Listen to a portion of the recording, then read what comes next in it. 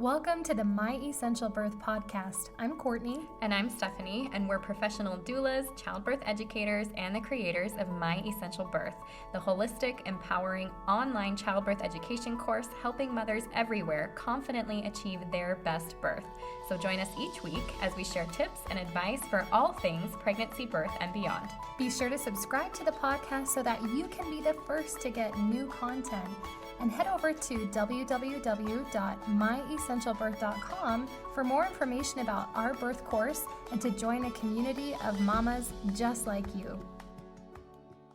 Okay, this week's reviewer of the week is Tina 25. Tina 25. It's TTIINNAA. She is doubly excited about her name, and apparently she's 25 years old, and I'm making that up. So hopefully if you're listening, you're happy that we're loving your review and reading it on the podcast, but I'm assuming your name's Tina. We're grateful for you. Yes. Okay. She says, first time mom in love with the wealth of knowledge. I am loving all this information my husband and I are learning from this podcast. I'm a labor and delivery nurse, but still felt unprepared going into my own birth until I found these ladies. They are honest and informative and get so much insight into the birthing process. Thank you, Tina. I love this so much. We have the benefit of having quite a few followers that are in the medical field in one way or another, nurses, and they're in the birth course, and I just love it. And the other side of that is like, because we have them in there and all the moms are so helpful and the community is wonderful, that when questions about blood pressure or this or that come up, before Courtney and I can get in there and answer them, they're like, they're already doing I'm it. a nurse. This is what you got to do. And I'm like, yes, Thank this you. is so good. It so is nice. Thank you for following along. Thank you for the reviews, you guys. We love them. So really appreciate that. All right, you guys, this week's topic is all about pain in childbirth. I feel like this is the thing people fear the most, right? Yeah. I'm worried about how much it's going to hurt, and they can almost become obsessive about this. I've even had some friends and family members who are like, I'm so afraid of that, I don't think I want to have kids. And honestly, that makes me kind of sad because it's not all you're thinking it's going to be. Remember, we've talked about how Hollywood and people can kind of over dramatize these things. And so we're going to give you 15 things that are going to cause more pain during your birth. And so as you're listening to these, what you want to be thinking of is, oh, I want to do the opposite of what they're saying, obviously, right? Okay, number one, stay flat on your back. If you if you want to be uncomfortable, just lay flat on your back. Can you imagine actually birthing a baby, like being strapped down flat on your, anyways? Can I just say, this is a tangent. I feel like we get off on a lot of these. I pick a lot of the images that go on our blog posts or stuff like that. And I have the advantage of access to Canva's photos and Adobe's photos. I am so frustrated with their birth photography because, you know, I'm trying to find a picture of a woman in labor, and in every single one, she's flat on her back in a hospital bed. Yeah. And she looks like she's in pain, right? And I'm like, well, of course she's in pain. Yeah. She's flat on her back in that hospital bed. So that's perfect. You need to like collect a bunch of those. And then, yes, this is why. This is what not to do. Yes, this is why their face looks this way in this moment. That's brilliant. We might have to do that. But yeah, if you tilt them up and put a smile. If you want to be in more pain, stay flat on your back. Okay, number 2, don't ever move from that flat on your back position. Don't move at all. Yeah, so don't offer your baby more positions to work through your hips. Don't move your hips. Don't move your belly. Don't lift your legs. Right? I feel like when you're pregnant, think about when you're sleeping. How often are you tossing and turning that night? Because you're laying on one side for a little bit, and maybe after 5-10 minutes, you're like, oh, this just doesn't feel good anymore. So why in heaven's name are you going to stay in that one position on your back for your whole birth? And I get it. Some of you are like, oh, I've got an epidural, I'm not feeling it. But trust me, your body is like, this isn't great. Right. And so that's a great point. Like, even when you have an epidural, it's almost more important that you make sure that you're moving, because you won't be able to feel when you need to be moving. And so we tell moms, like, it's fine to get an epidural and there's a great place and time to do that. However, you need to make sure that you're utilizing all of the tools that exist in the birth room and in your birth partner's head and with the nurse assistants and with your provider, so that you're rotating your hips, you're widening your hips, you're turning from side to side. And that's not just for the effects of the epidural. This is so baby can move through and get down into the pelvis and turn around corners and bony prominences that, is going to stop the progression of birth. And then on top of that, making sure that you are not flat. I think hospitals are perfectly fine leaving a mom not really thinking about it, not in like a mean, bad way, but they're just, she's on the monitors and she's in bed. And, a mother that is allowed to or encouraged to move into other positions is absolutely going to do that. She's not going to remain in that position. Absolutely. If you know someone who has had an unmedicated birth, I want you to ask them, hey, how important was freedom of movement to you being able to work through that birth and manage or mitigate pain? I promise you their answer is going to be like, oh, that's like top of the list. Right. It felt so good to fill in the blank, Yeah. Sway back and forth, be on the birth ball, hips, hands and knees. Exactly. Counter Lean pressure. over the back of the bed. Yeah. So you want more pain? Don't ever move from the flat on your back position. Utilize Pitocin. Pitocin is a quick one to up your pain game. Oh my gosh. It's unnatural in that the contractions do not feel normal. You guys have heard us describe this, but it's like it comes on like it hits it hard right from the very beginning. It doesn't come on gradually and reach its peak and then ebb away. No, it's like contractions here. Contractions here and it's staying here. You get no break. And then they can keep turning it up right. until it gets to a point where it's just like, this is ridiculous. You know, like nobody should have to do that. So if you want it to be more painful, say yes to that Pitocin. There's a time and a place for Pitocin, right? Absolutely. And the goal is to get it turned off of it. Like the goal is to get your body to kick in by using Pitocin so that it tells the body, hey, we're in labor, so let's kick up the oxytocin so we can do this by ourselves, and then turn off the Pitocin, which is a conversation for another day. But yes, Pitocin causes more pain. Yep. All right, next one you can do if you're like, yeah, I want a challenge, bring on the pain during my childbirth. Totally tense up your entire face and body with each contraction. The minute you feel it coming on, clench your fist, like clench your butt, furrow your brow, clench your jaw, lots of tension. I like the clench your butt one. Hold that baby in. Right? Really squeeze everything off. I mean, you're fighting what your body's doing, which is trying to open and soften and relax. So it's naturally going to create more pain. Yeah. It's funny because this is what I did with my first birth. I didn't have a birth class or training and nobody anyways. My mom had cesarean birth. She's like, get the epidural. Just trust me. And I was sitting there like, how are they going to know I'm having a contraction though? I have to tense my fist and like furrow my brow, and it was dramatic and I was enjoying it for a minute. And anyways, and that's how the only depictions I had seen would have been movies or TV in any way. And so that is what I did. And it didn't help. I do laugh when I watch TV show portrayals of birth because she's, groaning and screaming and making fists and pounding and her face is all scrunched up. And I'm like, I can tell you if her jaw's tight, her downstairs is tight too. And nothing's going to be coming out there. I'm like, oh, great. Yeah, it'd be fun to do. You ever watch those shows where it's like, it's videoing like the person's reactions to them watching videos? Like, oh my gosh, that would be really fun. Like, let's dissect these different births. Right. There's some really attractive doctor. What's his name? Dr. Mike or something? I don't know. And he does that where he analyzes medical shows and he's like, yeah, that's not at all what we would do in that situation. I love that she added in very attractive. He is. I will just say he's an attractive guy. Anyway, so tense your whole body. That'll feel good.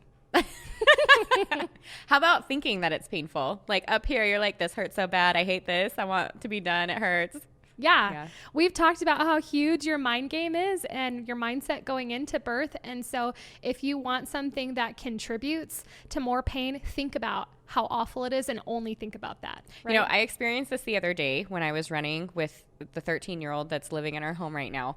We were running and she just kept saying out loud, I can't do this. It hurts so bad. And I'm like, doula kicks in and I'm like, yes, you can. And you got to stop the negative because your body's going to react to that. And so we started saying positive things, and it does make a difference, you guys. Like, it sounds so silly, but if you're in your head like, oh my gosh, I hate this and it hurts so bad. And when is it going to be over? And I can't do it anymore. That's way different than I can do this, just a couple more breaths. Every contraction brings my baby closer. Positive affirmations are huge. I talked about this on Instagram stories, but in case you missed that, I'll say it here. We say it to create it. Yeah. Right. So I'll have some people who are like, but it is hurting and I don't feel relaxed. I don't feel, well, yeah, I get that. but you have to say it first, even if you're not totally feeling it. And that's what helps create that feeling. It was the same way with creation. God said a thing and then it was created. So you do the same. And if you want it to be more painful, keep thinking that it is. Right. Add in that fear factor, right? Yeah. Like, it's never going to end. It's not going to end. It's just going to get worse, which I'm guilty of doing. Like, oh my gosh, if I can't handle this right now, what's it going to be like when I get to X amount of centimeters or later in my birth? And that's a dangerous place to be because it makes now unbearable instead of having that positive, like, oh, I'm getting closer. I know I can do this a little bit longer. Or for me, not even, I don't know. I think that's a personal thing. Like, if it's comfortable for you to be visualizing the end, that's not always my place. I have to be in the here and now, and I have to take one little step forward. So I think that just depends on you, but definitely being in a positive place and not letting the fear take over, because it's that fear, tension, pain cycle that we don't want to deal with. Yeah. I was attending a birth this week, and she wanted to know, she was about 8 centimeters and she was tired. Poor thing, had been up all night. And she asked the midwife, she's like, how much longer do I have? And the midwife said to her, she's like, don't even think about that. Take it one contraction at a time. What you've been doing is working. And that's what she continued to do. So I think it can be helpful. Like for me, I've told you guys that it was really motivating to have my husband point out, hey, they're getting everything set up. Look, they've got the delivery tray. You're almost done. Okay, that was motivating. But if he had told me around 6 centimeters, where I was at in the process, I don't know. I feel like that could cause some obsessive anxiety about it's only going to get more intense from here. And I feel like that or would giving contribute. A false end time. Like I have been at births where the nurse is like, oh, you'll have your baby by 8 p.m. for sure. And 8 p.m. that comes and goes. And you're still at 6 centimeters. And then you're like, no, that was I had to make it to that spot. And now I have to keep going. So that's no fun. They shouldn't say that. So don't obsess. If you want more pain, keep obsessing about how it's going to continue. All right. Number 7 here is that if you want more pain in your birth, don't know what the heck's going on or what to expect with any of it. Just be totally clueless. Right? That is so true. Is there not peace of mind that comes from understanding the process, what your body is trying to do, what all the different options and choices and things are going to be? And I think that without that knowledge of what's going to happen, what to expect, again, anxiety definitely contributes to pain. Or even where you're at in birth, even if you're at home trying to decide when to leave, it's like, this does feel a little rough. I think it's time to go in versus knowing, it might feel like that, but have I hit that, like the contractions are 3 minutes apart, lasting a minute long for at least an hour. And am I serious through them or can I still smile? Is it easy to walk and talk in between or during? And having that from the very beginning, just having that knowledge. Or same thing when providers come in or nurses come in and they're offering suggestions or recommendations or things that you should be doing, or let's break your bag of waters or whatever the case.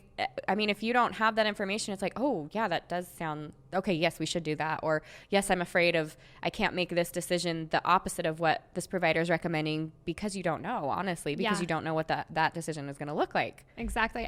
Okay, so the first part of these topics that we've covered, it's like physical tension, right? You're on your back, you're staying flat, you're tensing your body and your face. And I feel like these last few have been sort of that mental tension, right? And both of those are going to contribute to more pain. How about this one?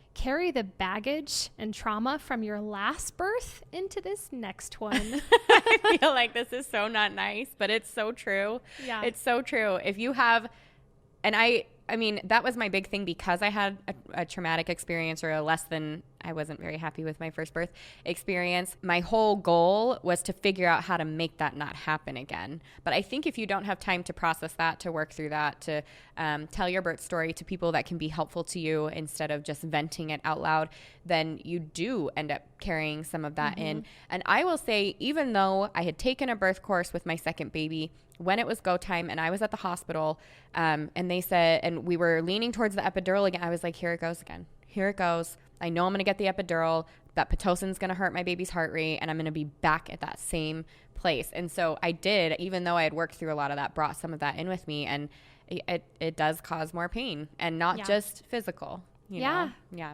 All right. Another thing that's going to cause more pain in your birth is breathing really rapidly from your chest. Yes. Right? like that kind of breathing, yeah, that's not doing you any favors. That's not gonna that's help. like red flag for the partner, right? Like, Right. okay, now she's not handling this well. That's okay. Let's bring her back down. Well, and usually what we see associated with that rapid breathing from your chest is moms making birth sounds, but they're really high and strained, right? There's a lot of She's like trying to get away from her contractions. Right, exactly. Go away. Yeah, that's going to contribute to more discomfort. Okay, number 10. Have lots of vaginal exams. So many, like just everybody's hands checking all the time. They're the worst. Like, if you think they're uncomfortable during pregnancy, have them during birth, in between contractions. Or during a contraction. Or during, oh, that's right. Yes. Yep. Some people are like, I'd prefer to check during a contraction to see what you're opening to during the contraction. Totally. And like, the thing is, anyways, not only is it uncomfortable while she's doing it, but then it creates some pretty intense contractions right after. So yeah, have lots of them. Well, and sort of side effect, this doesn't always happen, but if that vaginal exam is a little too rough and maybe your water is kind of on the verge anyway, it could break. And that would cause more pain. That would cause more pain because you lose that cushion, right? That water kind of acts as a bit of a buffer for both you and baby. That could be like a 10.5 on the list. Yes. Like, break the bag of waters. That would cause more pain. Definitely. Get hooked up to as many things as possible, right? You want your IV, you've got your 2 monitors, you've got the blood pressure cuff, you've got your little, what's the oxygen thing? The oxygen thing for your finger. It's not. Oh my gosh, my sister's going to kill me. Do you know the name of this thing? I do. It's the Pulse oxygen. oximeter. Oh, she's good. I got it. Okay. You've got your epidural catheter in. You're Your urinary catheter. Oh, and then you can break the bag of waters for the baby and stick a little thing in there for him, and then put the what's that? The internal fetal monitor. The internal fetal monitor, and then you can put the wand that measures the contraction up in there too. What is that thing called? Come on, Court. I got the first 2. I feel like you need to pull your weight and get this pressure next one. Thingy. It measures your contractions. Uterine pressure goes up by the baby, but it's not comfortable. So go see how great you feel with all that stuff. Although to be fair, if you've got the epidural at that point, yeah, you are feeling less pain. Yeah, I don't know. Okay, so I had a hip lock, that was the compromise I was willing to make with my OB, which he's like, look, you don't have to be hooked up to it, but I would feel better if you had a hip lock in. Oh my gosh, where they placed it, that thing was so irritating, and the fact that nothing was running through it, it would get kind of dry and uncomfortable, and they'd try to flush it for me. It still didn't feel great. Yeah. So, no, that's a good point. I know IVs bug a lot of moms, and that was top of my list just because even if it wasn't hurting me at the time, knowing it was there, I was instantly not able to use my arm normally, Well, yeah, and it's just irritating, and I found that it was a bit of a distraction, not in a good way, and I felt like it contributed to me having things be a bit more painful. Yeah. Keep the lights bright. Some moms are going to be happy in a bright room. Most of the time, though, we know that keeping things low light, it makes things more comfortable. Overall, it's going to bring mom down into that relaxed mode. The majority of you are not going to be sleeping at night with your lights on, bright and right. So, so when it's time to relax and calm down and take deep breaths and go to sleep, that's going to be turning those lights down are going to bring more comfort naturally. Definitely. All right. You want more pain in your birth game? Allow people you don't like into the birth space, or people who are afraid of or unknowledgeable in regards to birth into that labor room. That'll be comfortable. That's such a good point. That's like high on the list. Right? I feel like even if you, and we did an episode a while back where you gave 2 different scenarios. What was her name? Kate? Sure. No, Jessica? Jessica. I think it was Jessica. Let's go with Jessica. But she had people in the birth space that really weren't helping her at all. In fact, it was they were sort of working against her, even if they didn't know that that's what they were doing, right? It wasn't intentional, but they just even having people in the room that aren't giving you the attention that you need. So it's distracting instead of helpful. Or, certainly if you're like a provider comes in and offers a recommendation or suggestion and you're feeling the opposite of that, but the people in the room are like, yeah, you need, of course, do that. I've actually been in the room where I have a mom and dad, and the mom that's giving birth, her mom was in the room, and the doctor made a recommendation. He goes, oh yeah, do that. She has to do that. And the doctor listened to the mom. And the woman giving birth she was really like, complicit. And you could tell she didn't want to be. She wanted to have a say there. It was an interesting, anyways. imagine you're working through intense contractions, you're vulnerable, you're tired, you do want this to end soon, and then to have people that are in there that are just not being helpful and supportive of what you want to do, that's not going to contribute to your feelings of peace and comfort. And I do think it adds to your pain level. Yeah, I totally agree. Number 14, don't let anyone touch you or try to soothe and comfort you. So it's true. Like some women are like, don't touch me. Right. I don't want to be touched. And that's totally fine. However, there is like you want people close by. Maybe you want somebody holding your hand at some point. You want to hear positive things. But if you don't have any of that, or if you're avoiding that, then yes, you can have more pain. Right. And it doesn't even have to be, because I was like that with my second birth. I didn't want to be touched. All these things that we'd practiced, and I'm going to want you to massage and brush my hair. I didn't want that. But comfort and soothing can also look like verbal coaching and cheerleading from your support people. And just having my his hand on the small of my back, that was enough. But, don't let anybody try to do anything like that for you. And for sure, you're going to have more pain. And definitely, whatever you do, if you want more pain during birth, don't get into water. Don't get into the shower. Don't utilize a nice warm tub of water. Like, don't do that. I think that's a great point, right? What do we call water? It's Mother Nature's epidural. So if you have an opportunity to do that, and that's something that we talk about in the birth course for sure, but we're telling you mamas right now, like, this is a tool you want to be able to utilize. This should be on the birth plan. This should be part of your birthplace tour. Like, where is the water? Not can I get into it? Show me where the water is. Yeah. And does the shower have a detachable head that my partner can back and forth on my back or whatever? Right. Yeah. These are the things you want to take a look huge. at. So while we're on the subject of pain, you might be wondering, or maybe you've heard Instagram or blog birth stories or whatever. Some women say, I had a totally pain-free birth. Didn't feel any bit of pain whatsoever. So is that really possible? Do you think that is a reframing? Yep, that's what I was going to say. I think... Thank you. You're welcome. No, it's okay. I think part of it could just be semantics, right? The words that we use. So some women will say, well, I didn't feel any pain. I just felt a lot of pressure. And intensity. And I felt a lot of tugging and pulling and tightening. And I'm like, that's what I felt too. I would call that pain, but you call it something different, and that's fine. I do think the reframing does help mentally. Oh, yeah. I think that can Makes be you powerful. willing to do it again. Exactly. So, because it's interesting that you say that. I understand for sure that some of what I felt I would typically classify as pain, but when I describe it, I do not use those words. However, I also don't say I had a pain-free birth, but I do describe it as intensity and pressure, and it was like overwhelming in a lot of ways. That's interesting. I would say maybe. I'm not going to discount anybody's experience if they're like, no, I promise you no pain whatsoever. I'll believe them. Yeah. It's interesting because Dr. Robert Bradley, he was a obstetrician like back in the 50s or something like that. He made a unique observation, and he was like, if you observe an animal during birth, like a dog giving birth or a cat giving birth, they don't seem to display pain. And some people were like, well, that's because animals just don't show pain the same way that humans do. He's like, no, if you step on the tail of a cat or a dog, it's going to like shriek and jump up, right? He's like, but they're not making those sounds or doing those kinds of things during birth, which might be that maybe they're really not in pain. That was sort of his theory behind it. I did find an article that was kind of funny. Some researchers in Cambridge are claiming that some women have a genetic variant that makes it so that they don't feel pain as easily. And they're figuring out how to give this to all the women. And therefore, those women are more likely to be the ones to have unmedicated births. I read this to my husband. He's like, yeah, I'm not buying that. Yeah, no way. What about women from the beginning of time? Exactly. No, I don't think so. I don't think so.